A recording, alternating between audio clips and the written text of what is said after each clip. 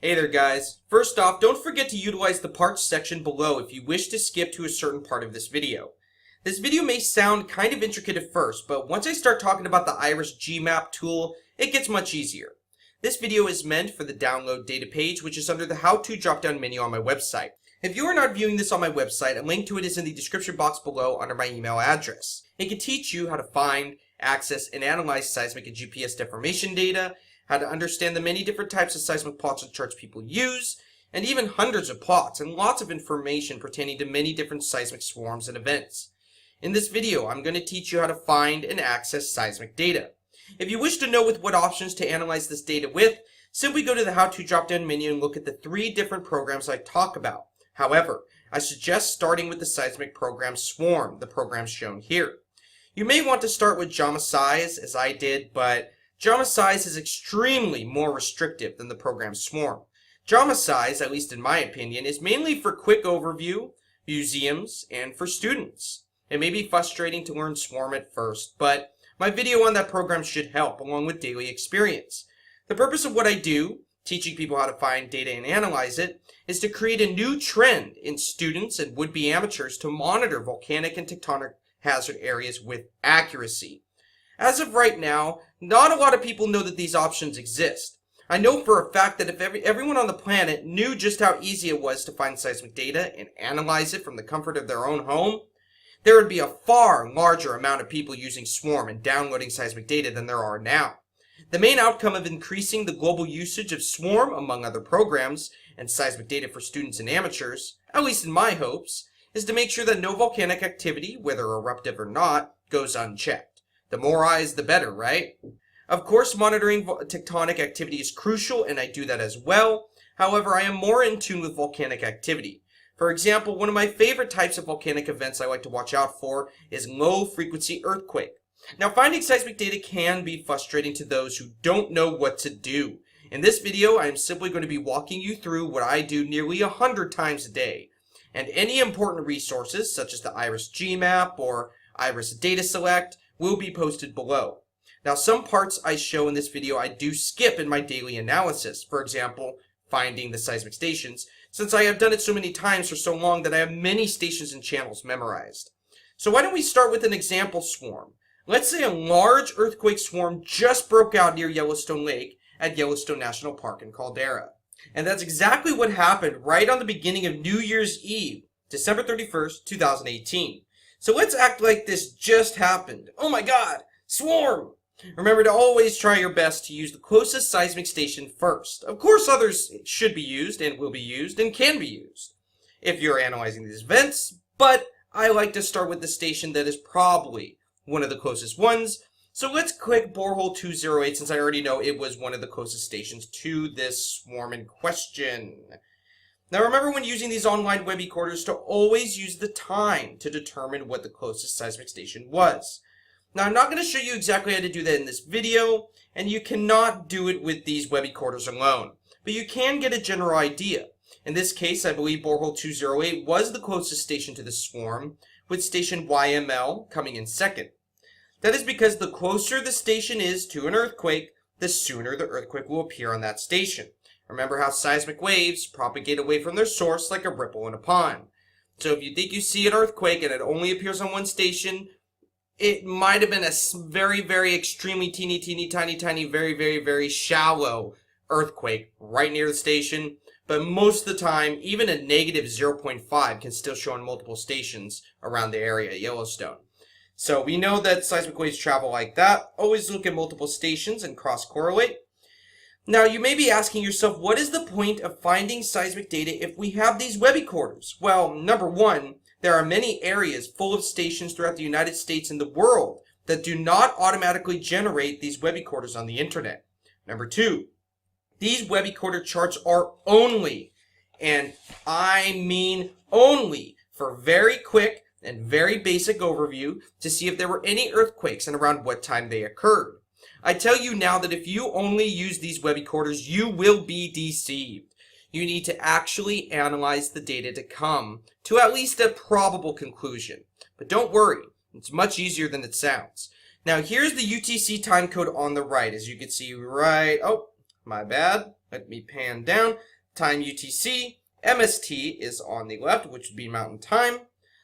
So that is the time code that we need, UTC, to access the seismic data from this channel for this time period. Notice how right here we see the 730 line, which would be right here, right? Well, that means right here is, notice how there is a very barely visible vertical line. Notice that I'm following it with my cursor all the way down, all the way down, all the way down to the 23 mark. Okay, so that means all the way up, once we've tracked it, right here is 723 UTC.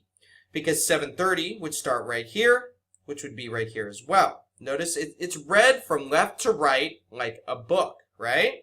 Now, when downloading seismic data, you of course need to know the time period. It is always best to choose a few hours before and a few hours after. However, I suggest downloading no more than 24 hours worth of data at a time. This is because sometimes the program Swarm does not like a huge amount of data. So when you are done with one file, you could always close it and open the next day's data. But for this example, I just want to use this swarm right here. The second thing you need to know is all of the 4 different seismic codes required to download data. Sound too confusing? Well, guess again. These are 3 of the 4 seismic codes that you will need. Sometimes they do appear in different order, but 4 are needed regardless. The 4th code is not shown on this station since this station has no location code, but I will get into that in just a second. Plus, I'm about to show an option that makes things much simpler. But first, here is the station code, B208. Here's the channel code, EHC for short period vertical. Short period stations usually start in EH or SH. However, in regards to the Yellowstone stations in the WY network, any SHZ channel you see on the web recorders online is not real, it's fake. It is an HHZ channel, which is a broadband station with a 1 Hz high-pass filter to make it look like it's a short-period station. And pretty much all they do is just filter it and slap an SHZ sticker on it, basically. But other areas in the world do have real SHZ channels. But for the WY network at Yellowstone, SHZ is basically not real, as you will see when you look at the actual channel codes from the actual stations. Now the ending, notice right here the end of the channel code is Z, is the ground motion, which way the ground has moved. Z means vertical ground motion, in other words, up or down. E would be east-west, horizontal ground motion. And N would mean north-south, horizontal ground motion. Most of the time, except for intricate analysis, I mainly use EHZ, HHZ, or BHZ channels. BHZ and HHZ channels would be broadband stations, or broadband channels, which usually are more sensitive and show a more broad range of frequencies. And here is the network code. Network codes are always only 2 characters long. Each network code contains a station or many stations, and each station contains different channels. Now this web recorder only shows us 3 of the 4 codes that we need. What about the 4th? The 4th is the location code. Since none is given, the location code would be dash dash. And as you see when we go back, let's go to a WY network. Notice how we do see 4 codes right here. Here's the station code, channel code, network code, location code right there. But again, if no location code is given, it would be dash dash. Now put all of that aside. Forget about all that. What if you only know the network and that's it? Or let's say that you have no clue what any of the codes are, even the network codes, for the area that you want to gather seismic data from. That is where this tool comes in handy. This is the IRIS GMAP. I use this a lot, and without it, I would have a hard time finding seismic data. It is such a blessing to have a program like this, guys. This tool, along with seismic programs and data accessibility sources, gives you virtually free reign over monitoring any area that you want. Well, at least the areas with online seismic stations.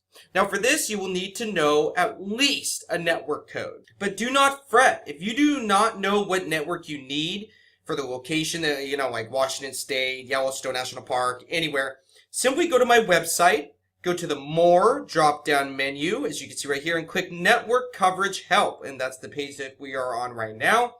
This shows you most of the available network codes and the areas of the world they are connected to. For example, I have Areas of interest. Now here are additional areas down here in other countries as well, but areas of interest are the main ones that I use every day. Notice Yellowstone Caldera National Park, mainly the PB network and the WY network, but there are a few other stations from other networks there, but mainly it's PBWY. Cascadia Subduction Zone, the NV network, and the OO network. Sadly, I believe they have shut those networks down. I don't know why. They did have data a long time ago, so you can still access data from the time they were recording data, but recent real-time data is not available anymore. Washington, CC network for the volcanoes in the Cascade Range. Multiple different networks, multiple ones. The main one is UW for the University of Washington, which the Pacific Northwest Seismic Network helps maintain. But again, notice all these 2-character network codes right here.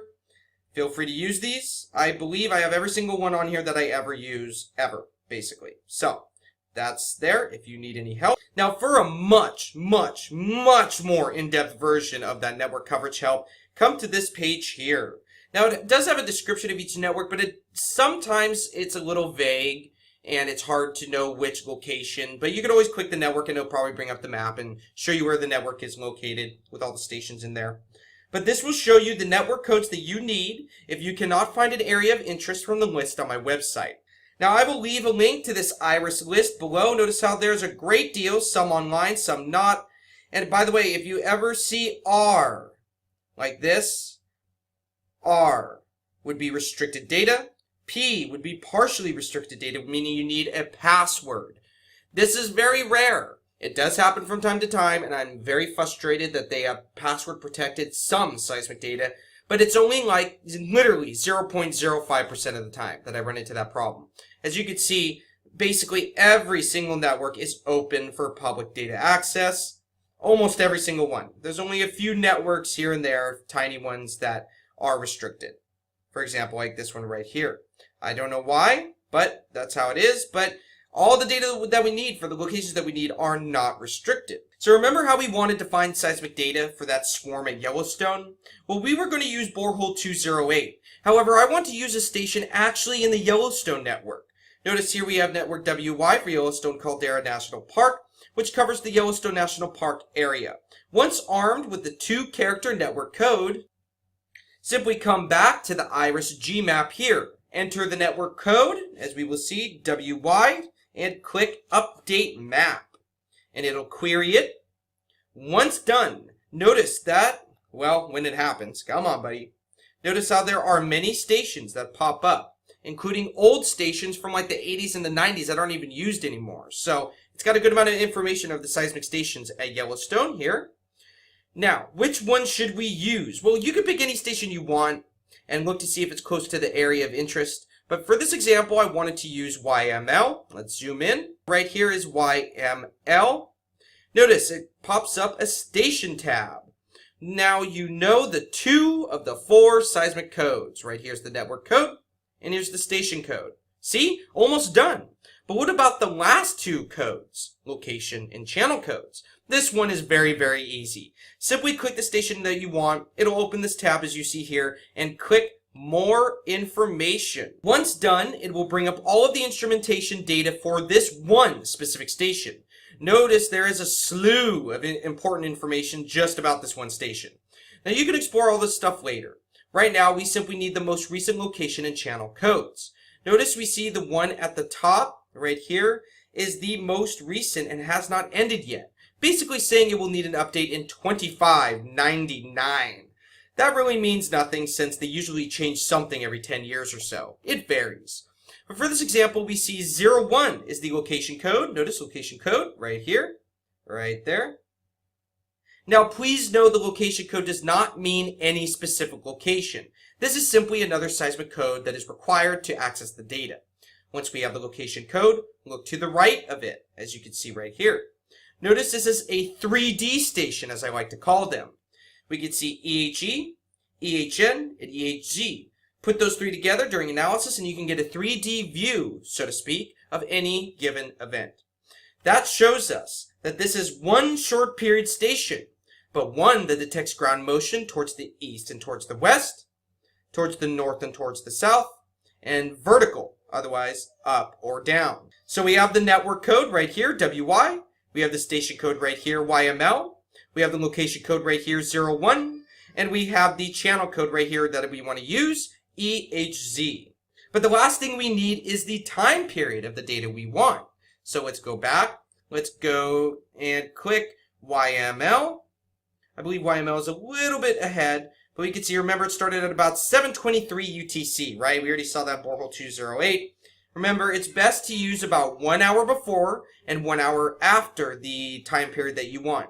And we need UTC. UTC, again, is the only time code that you need, that is required for seismic data. So that means let's use data from 6:30 UTC to 11:30 UTC, December 31st, 2018, from station YML in the WY network, 01 location code, short period vertical.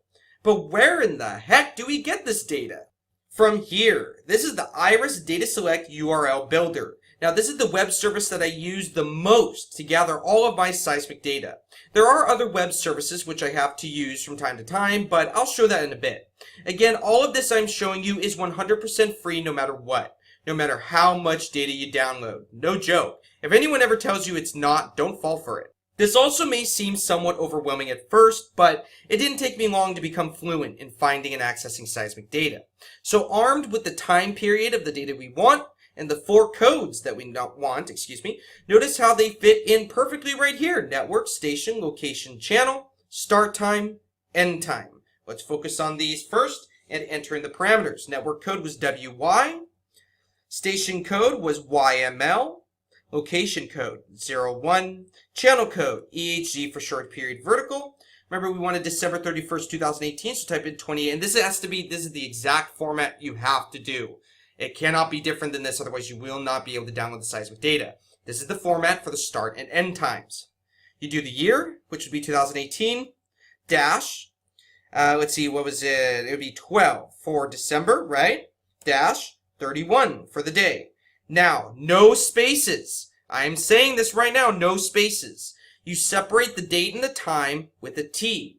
Now, it's showing a space right here. I don't know why, because I've tried doing a space in the middle before and it doesn't work. Personally, I've always been told by many people, especially on this website, to do T. Notice that? No spaces, just a T. Now we go, what was it, 6:30 UTC? 063000.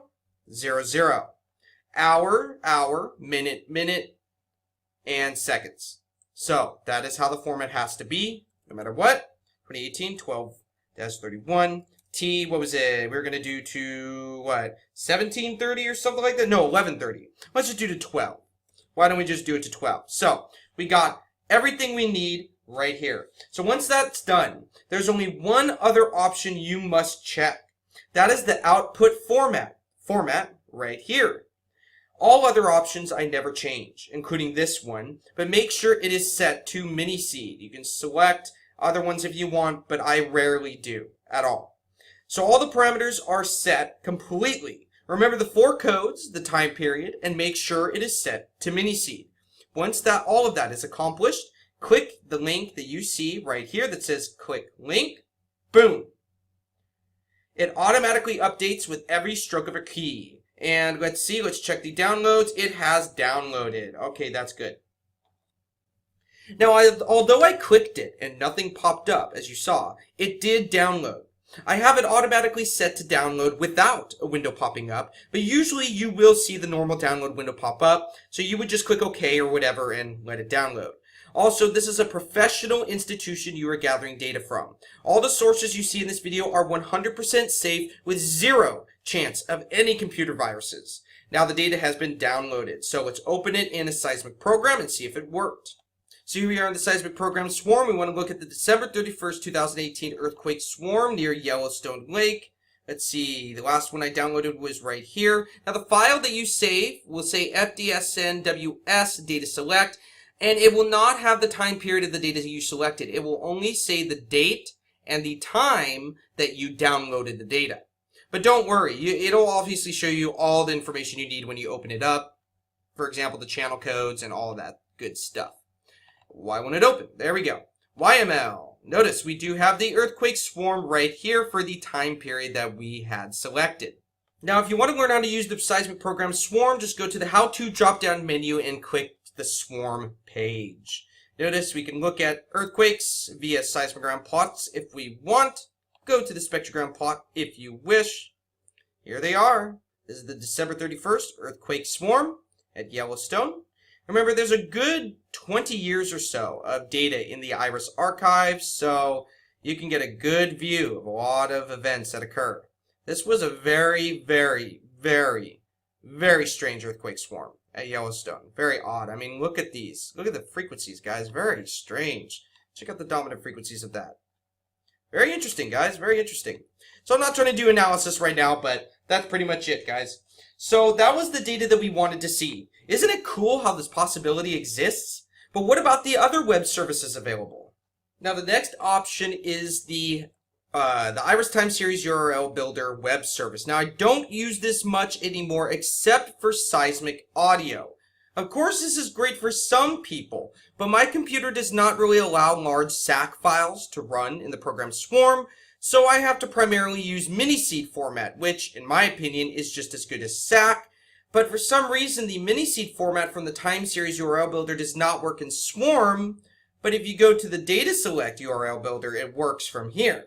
I have no idea why that is. Hopefully, eventually it's fixed. But again, if you want to download seismic data, just do the Data Select if you want. Plus, they have many options on here that you can use in this program Swarm anyways. But if you want seismic audio, come to the Time Series URL Builder here. This tool will allow you to hear seismic audio for any given event and then save it to your computer in .wav format, WAV. Now, let's go back to Seismic Station, YML, if it will let me at all. There we go. Here we are at YML. So why don't we select the time period of data for this data for the swarm right here. Let's see, what is that? 10:30 would be right there, so that's about 10:15. So let's do from 10 to 10:30, shall we? So that would show pretty much this part of the swarm right here. Very quick, but let's do it. Let's go to the IRIS Time Series URL Builder, go back. So for that time period, let's see, WY network code, YML station code, 01 location code, EHZ, okay, 2018, 12/31, T. What was it? It was from 10, right? 10 UTC. Remember, hour, minute, second, with a T in the middle with the date beforehand. 2018-12-31. T, let's do to 10:35. Whoops, 35 UTC. So that'll show 35 minutes of seismic data, right? Well, let's go all the way down. Go to Format. The next thing you want to press is Format.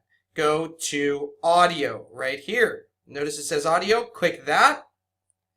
Then last thing that I edit, check this box, Audio Sample Rate. This will change the speed of the audio you are hearing. A higher audio sample rate will be faster. A lower audio sample rate will be slower. But if you get to a certain point and it gets slower and slower and slower, sometimes it's harder to hear. So I kind of like to speed it up a lot. But for this example, I'm just going to do, let's just do 7,000 audio sample rate. And sometimes when I'm actually trying to get accurate seismic audio and make it sound perfect, I have to edit this a lot. So we got that for the seismic audio. Just like before, click this. And usually a download window will pop up, but I already have it automatically set to download anything that I press. So that was the seismic audio. Now that the audio has been downloaded, let's hear what that piece sounded like. I suggest using headphones, but be careful of the sudden increase in volume if it does occur.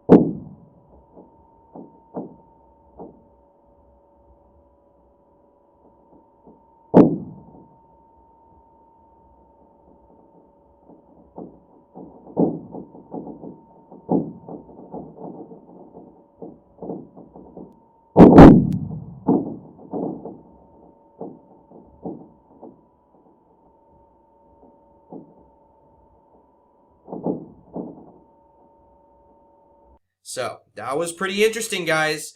Now, what about the other ones? Well, here we are at service.ncedc.org, fdsnws/dataselect/1. This is the data select URL builder, but for the NCEDC database. Now, this is extremely similar to the IRIS one. Again, links to everything are below. And again, if you're viewing this on YouTube and I'm missing a link in the description box, simply go to my website and just check out the download data page on there under the how to drop-down menu, Now, this is mainly here, the NCEDC Data Select URL Builder is mainly for California. If you ever try to access seismic data from California on the IRIS web service and it doesn't work, even though you know all the parameters are correct, you might want to try getting the data from here, the NCEDC Data Select URL Builder, or this one right here, the SCDC Earthquake Data Center Data Select URL Builder, which is very similar, and it follows by the FDSN Data Select Web Service standards, so it's basically exactly the same. Network, station, channel, location, start time, end time. You notice right here is the format where you should do the date and the time, just like we did on IRIS. Now, if all else fails, keep trying. I failed so many times at first and got extremely frustrated, but I quickly learned it. Now, you can always choose to either email me or a professional if you need any additional help. Now, there are some networks that you might come across that reside within foreign data centers, not accessible by IRIS, NCEDC, or SCEDC. So, what do? Well, you could first come here to fdsn.org/webservices/data centers. FDSN is the International Federation of Digital Seismograph Networks. This will show you the data select URL builders from all data centers. However, please know that some are not functional for some reason. For example, INGV. Let's click the data select, open link in new tab. This is for Italy. This is seismic data from Italy. Now, when it'll let me, notice right here, let's go to the URL builder. Click builder. Notice, remember how it has to build the URL at the bottom? Well, something's wrong. Look, it's not even responding. Notice that? Nothing. What the heck? Nothing. Nothing. It's not responding to anything I'm putting in. So that was kind of frustrating at first. So let's say I wanted to obtain data from the IV network, which is the main seismograph network for Italy. Yes, Italy, guys. But let's be a little more intricate, shall we? What if I wanted one from Mount Etna? Let's go all the way down to Mount Etna, which is slowly sliding to its demise. Where's the one I wanted to use? Here's the example station, ESLN. Now, let's obtain the data from this station here on Mount Etna. And it seems this station in the IV network is in the Italian seismic database. Notice the data center, INGV. But when we go back to their data select URL builder like we just saw, nothing. No matter what you enter, it doesn't give you a URL. So even if you uncheck this, look, check it out. Still nothing.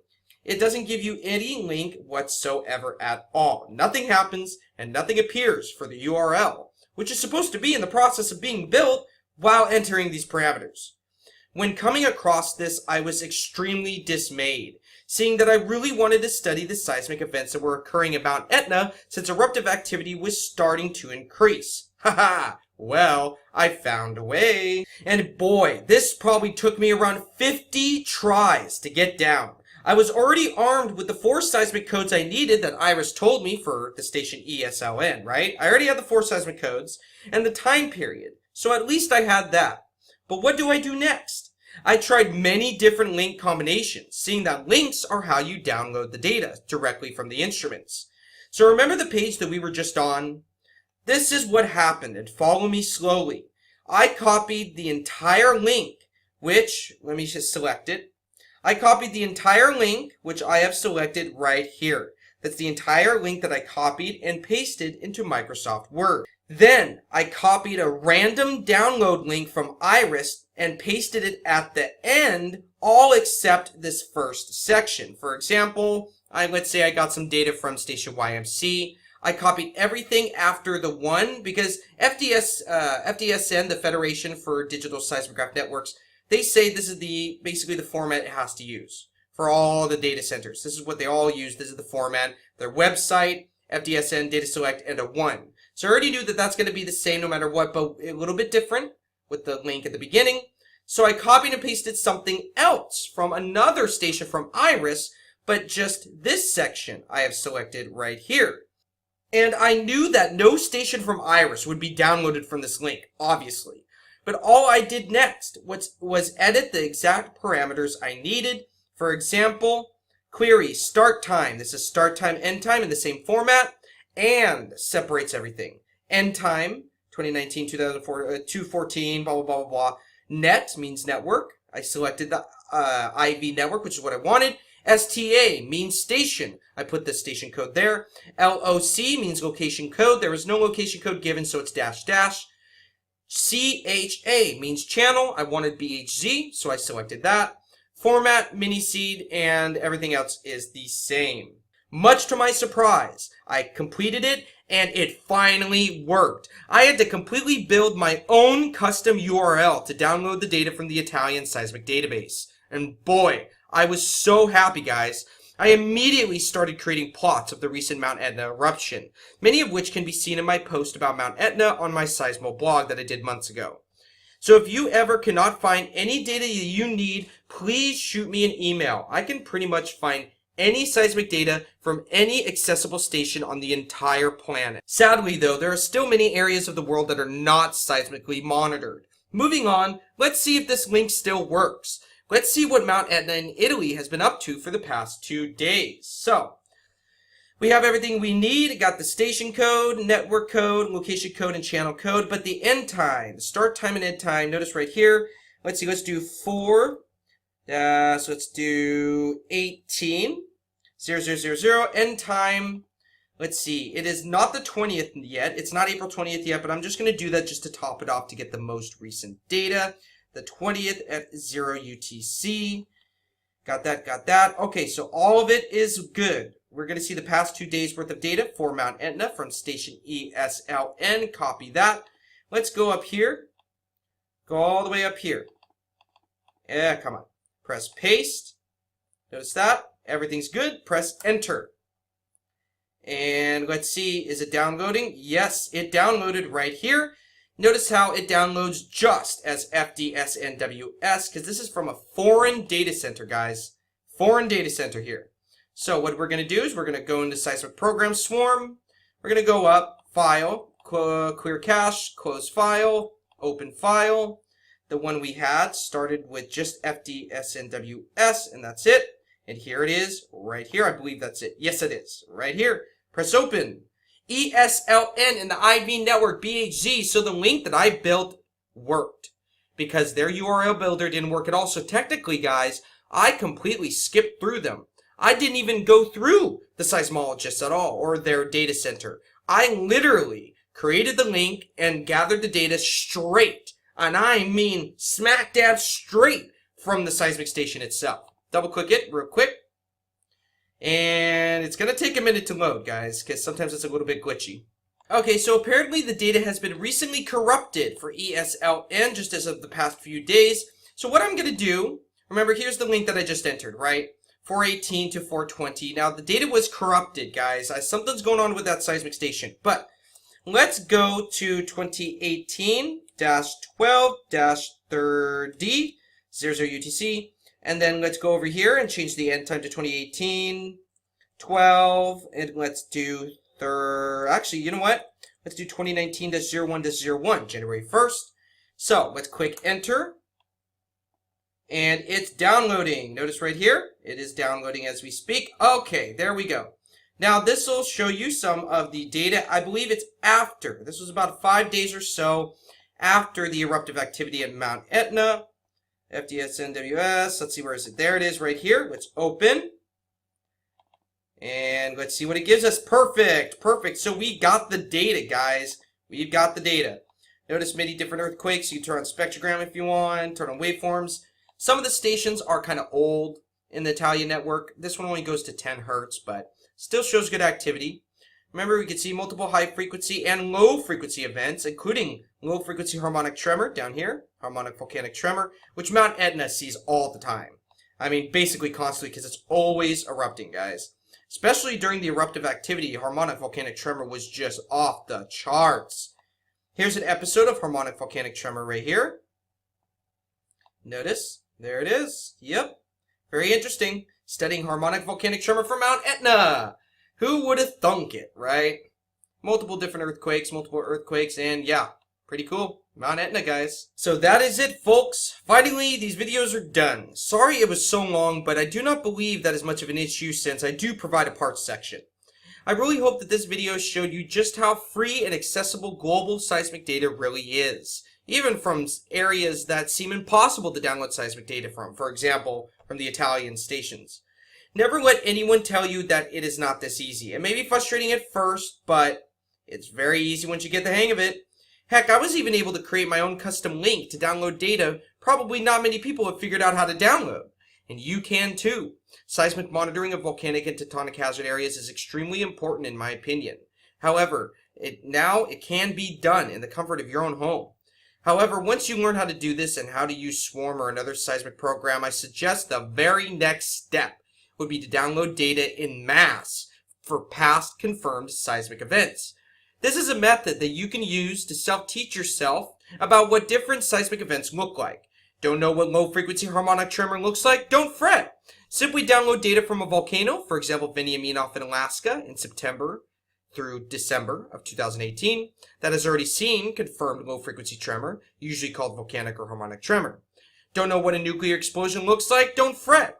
Simply download the seismic data from stations around North Korea and look at the date and times of their past nuclear tests. Above all, any earthquake reported on the USGS earthquake site contains an event page. I'm sure many of you have seen these USGS event pages. However, if you haven't, all you have to do is go to earthquake.usgs.gov, click an earthquake of interest, then click the earthquake in the tab it opens. This will open the event page. Then if your goal is to study any given event, this event shown here being random for this example, then let's see, simply click origin right here. And what's here? Click phases. Once you click phases, click arrival time just once, guys. The station labeled first is almost always the closest seismic station to the source since it had the shortest arrival time. You can, of course, use other stations on this list, and you probably will.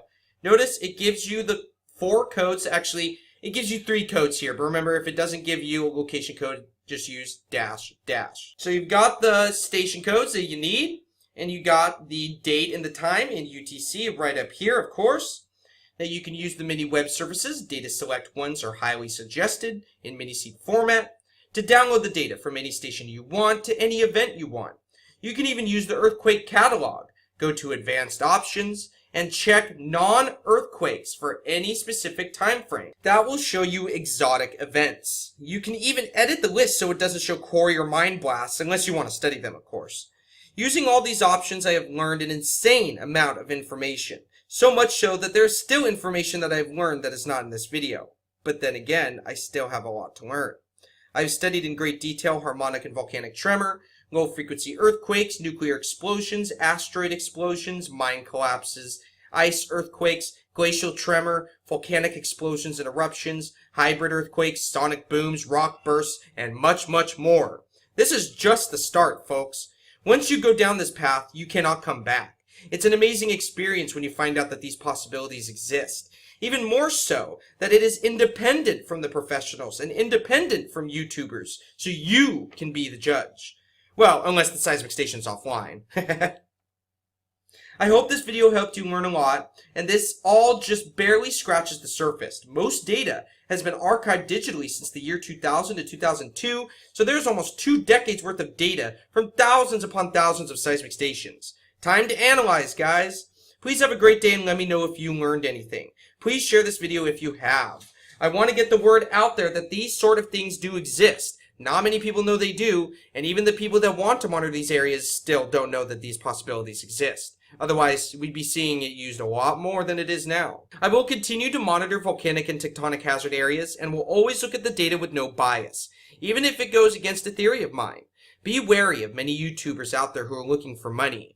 Sure, they have to make a living too, and not all of them are untrustworthy. However, you never know who will be a scammer when you first come across them, so just be careful. God bless, and I'll see you guys soon. Remember, the truth is considered hate or fear to those who hate or fear the truth.